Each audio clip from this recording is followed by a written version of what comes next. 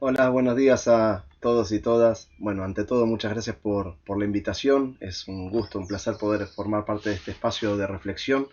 Y hablando de reflexión, justamente la idea es conversar con ustedes en este rato que tenemos acerca de los desarrollos tecnológicos, acerca de las tecnologías de apoyo, acerca de cómo se conciben, se diseñan y se abandonan. Particularmente vemos que año a año los distintos desarrollos tecnológicos aparecen y vemos que prometen mejorar nuestra calidad de vida. Vemos campañas muchas veces de multinacionales dedicadas a contar las bondades de la tecnología, especialmente para el colectivo de personas con discapacidad. Hoy a la mañana, por ejemplo, me encontré con un mensaje de mi sistema operativo que decía: con este sistema operativo te acercas más a las personas y a quien amas. Justamente pensando y proclamando justamente desde un imperativo tecnológico que más tecnología es mejor calidad de vida.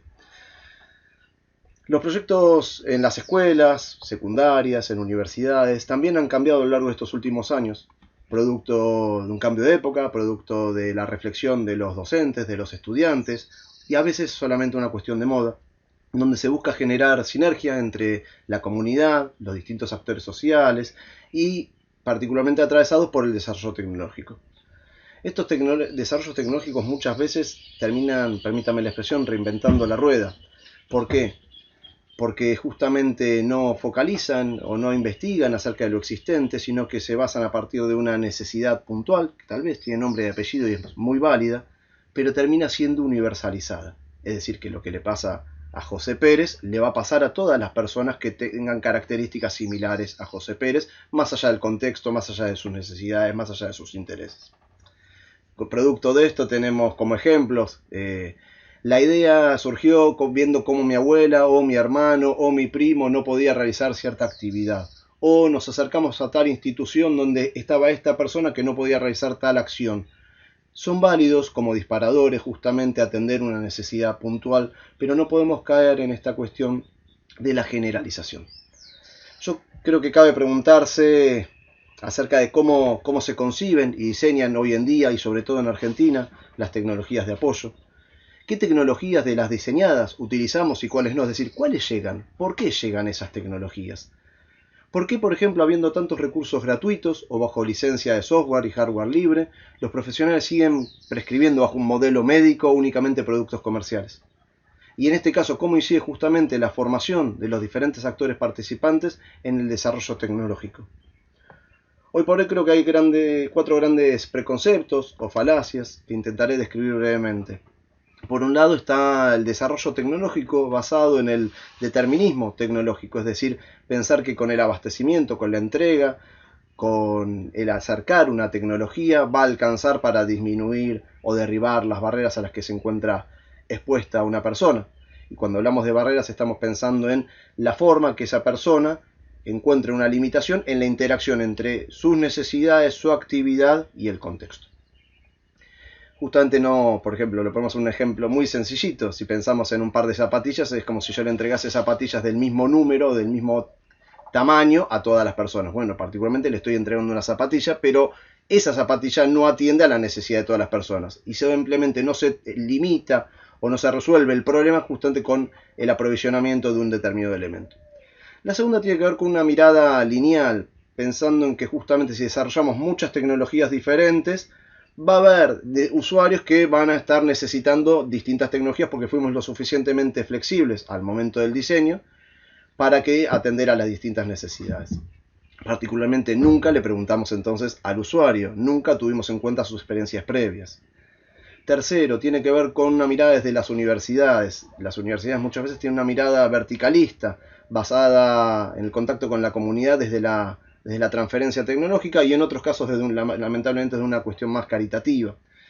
Hay una cuestión verticalista donde no se rescata justamente qué soluciones funcionaron previamente para ese colectivo o cuáles no, o qué decisión toma la persona respecto a si quiere apropiarse o no de dicha tecnología. Justamente tenemos que pensar que nosotros tenemos que continuar el desarrollo tecnológico partiendo de la necesidad concreta, con nombre y apellido, con una institución, pero no podemos universalizarla. Y esto nos lleva justamente al último punto que tiene que ver con el diseño, una mirada desde el diseño universal. La Convención sobre los Derechos de las Personas con Discapacidad plantea que, o proclama que básicamente el diseño universal debe llevarse adelante para que todas las personas del colectivo, todas las personas puedan acceder a la información, puedan acceder a diferentes productos, servicios, estrategias, más allá de cualquier limitación física y o sensorial. Sin embargo, el diseño universal es un norte o es un sur, justamente depende de dónde nos paremos, particularmente hacia dónde queremos caminar, hacia dónde queremos ir. Lo que tenemos que pensar es que no podemos universalizar los diseños tecnológicos. Requiere justamente una mirada crítica, y lo que funcionó en Jujuy, en Santiago del Estero, en Finlandia o en España, no tiene por qué funcionar justamente en Córdoba, en Buenos Aires, en Santa Fe. Lo que tenemos que pensar es que necesitamos contextualizar los diferentes desarrollos tecnológicos, relevar las necesidades locales, aprender de justamente esos usuarios y particularmente concentrarnos en algo que es tan sencillo como tener empatía. Tener empatía, tener escucha, poder escuchar y atender a qué es lo que la persona necesita y por qué lo necesita de cierta manera, por qué justamente los familiares u otros profesionales también necesitan sumar estas miradas. Yo quiero rescatar de este espacio que Procodas particularmente no es solo una estrategia de financiación de proyectos sociales, sino que es una herramienta, una estrategia de articulación entre los diferentes actores sociales. Si bien a lo largo de los años han cambiado los distintos ejes, justamente producto también del paradigma del cual se apoyaban y desde la mirada que entendía que el desarrollo tecnológico no es solamente el desarrollo de la tecnología, sino que está inserto en una sociedad. Tuve la posibilidad de llevar adelante, gracias a este programa, diferentes desarrollos, basados en recursos para facilitar la comunicación, basados en recursos para comunicarme en ciertas situaciones de emergencia, basado en la apertura y la discusión de cuáles son los recursos que una persona con discapacidad intelectual podría utilizar en una vivienda con apoyo. Todos estos proyectos fueron desarrollados bajo una mirada desde lo que se denomina el DCU. El DCU es el diseño centrado en el usuario. Y el diseño centrado en el usuario parte justamente ¿de qué? De la necesidad del usuario. Pero es necesario justamente contextualizarla y empezar a relevar las diferentes especificaciones. ¿Qué significa esto? Algo tan simple como, y no tan complejo a su vez, como tener empatía y escucha por el otro, por quién va a ser el usuario, por qué necesidades tienen comunicativas o no tienen sus familiares y otros profesionales que puedan desde otras disciplinas poder aportar. A partir de entonces el relevamiento, se hace una propuesta de diseño y esa propuesta de diseño tiene que estar justamente puesta a prueba. ¿Por qué puesta a prueba? Porque si no, lo que vamos a terminar entregando va a ser lo que conseguimos en un laboratorio, en un taller, en una institución, y vamos a tener un usuario final que simplemente lo va a recibir. Entonces este proceso de evaluación es un proceso de evaluación iterativo. ¿Iterativo por qué? Porque vamos a tratar de que la tecnología se vaya moldando o adaptando a lo que la persona necesita, y no al revés, justamente, donde muchas veces las personas, en este caso el colectivo de personas con discapacidad, tienen que adaptarse a lo que pueden conseguir, a lo que pueden pagar, a lo que se puede obtener a través de una rifa, desde el barrio, desde el club. Una de las cuestiones importantes también, porque es un proceso iterativo, es porque el contexto de uso va cambiando. Y si el contexto de uso va cambiando, también las necesidades de las personas van cambiando. Muchas veces desde el desarrollo tecnológico se pierde de vista que trabajamos con personas. Y justamente ponemos la mirada únicamente desde el lado de la tecnología. Y tenemos que evitar justamente malos hábitos, por decirlo de alguna manera, que nos quiten justamente el foco sobre lo que es importante, que es poder atender a una necesidad que podrá tener nombre y apellido, que podrá tratar de extenderse hacia a otros lugares, a otros territorios, pero lo que sí es necesario es poder pensar a esa tecnología como un medio que permite equiparar oportunidades. Si pensamos qué es lo que sucede en Argentina, en nuestro país hay más de 5 millones de personas con discapacidad.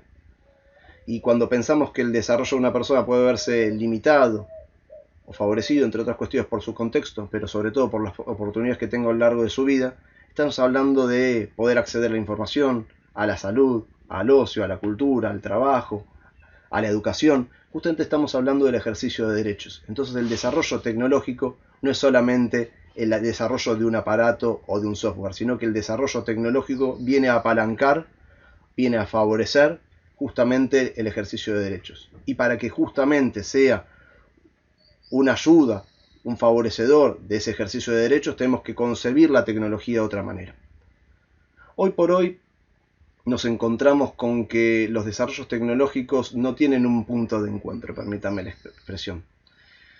Creo que producto de la mezquindad de diferentes gobiernos locales, de la falta de preparación de muchas veces de los profesionales que intervienen en el desarrollo de políticas públicas, o llevan adelante de manera escindida políticas por un lado, desde una dirección, luego a nivel provincial, luego a nivel nacional y justamente en forma desarticulada, vemos que decenas de proyectos en los últimos años han sido reinventados. ¿Qué significa que han sido reinventados? Son proyectos muy similares que han sido vueltos a financiar localmente, tal vez con financiamiento desde un programa privado o desde un programa público, desde la provincia, pero sin generar nuevos conocimientos ni herramientas reales. Creo que uno de los problemas que hoy tenemos tiene que ver con la falta de un punto de encuentro, como decía recién, de una red de proyectos que permite empoderar a las diferentes comunidades. No alcanza solamente con entregar una tecnología, no alcanza solamente con poder publicarlo en internet o en una red social, sino que justamente tiene que ser accesible para los diferentes usuarios con sus diferentes niveles de conocimiento. Entonces, si yo desarrollo algo bajo software y hardware libre y pretendo que un usuario final pueda apropiarse de ese recurso, estoy muy equivocado. Necesita de un contexto, necesita de un sostén, necesita de un acompañamiento. ¿Para qué? Para poder resignificar esa tecnología y utilizarla en la medida de sus necesidades. En nuestro país ha habido diferentes instancias o diferentes espacios, por ejemplo el caso de la red TISA, el caso del proyecto Posta, ambos desde el Estado y muchas veces desde distintas iniciativas de universidades, a veces desde espacios privados también, donde se comparten los diferentes desarrollos tecnológicos, pero queda meramente muchas veces como un repositorio, queda meramente como una publicidad de lo desarrollado. Si no existe una real articulación y una continuidad en las políticas públicas, lamentablemente no vamos a poder pensar la tecnología como un medio equiparador de oportunidades a largo plazo. Creo que muchas veces se habla o hemos hablado de buenas prácticas, ¿no? Buenas prácticas significa qué pudimos aprender de tal proyecto desarrollado. Sin embargo, al bajarlo a tierra, es decir, que otra persona pueda leer la experiencia de que desarrollé mi proyecto, termina replicando muchas veces lo que a otra persona o a otro proyecto le funcionó. ¿Qué significa le funcionó? Significa que en ese contexto alguien le otorgó sentido a una tecnología, contextualizaron el problema, los actores se apropiaron de los diferentes recursos, eso significa que funcionó. Por lo tanto, cuando muchas veces tratamos de nacionalizar un desarrollo tecnológico de un municipio o local, caemos en nuevamente un preconcepto, una falacia, donde a otra persona, a otro proyecto, a otro lugar le funcionó esa tecnología y nosotros lo que estamos haciendo es replicándolo acríticamente. Entonces creo que hoy por hoy el desafío está puesto en tener un diseño de políticas públicas sustentable a largo plazo, pensar y salir justamente de esta idea de repositorio de proyectos, empoderando a las comunidades, a los diferentes actores sociales, favoreciendo a través de las herramientas que hoy tenemos disponibles bajo la web 2.0 la participación ciudadana en las decisiones y sobre todo ver diferentes mecanismos de articulación de los diferentes actores participantes. Creo que hoy es necesario seguir discutiendo acerca de la forma en que se produce a baja escala, a mediana escala y por qué muchos desarrollos tecnológicos no llegan justamente a las personas que lo necesitan. ¿Es solamente un problema de la pata del Estado? ¿Tiene que ver con la formación de los profesionales? ¿Tiene que ver con el desconocimiento de las familias que como no conocen, no pueden ejercer sus derechos? Yo creo que una sociedad más justa y equitativa tiene que ser producto de la discusión, de la reflexión y es una tarea de todos y todas. Así que agradezco este espacio y estos años de acompañamiento desde el programa Procodas para poder formarme, para poder repensar, para poder acercar y democratizar el conocimiento para toda la sociedad. Muchas gracias.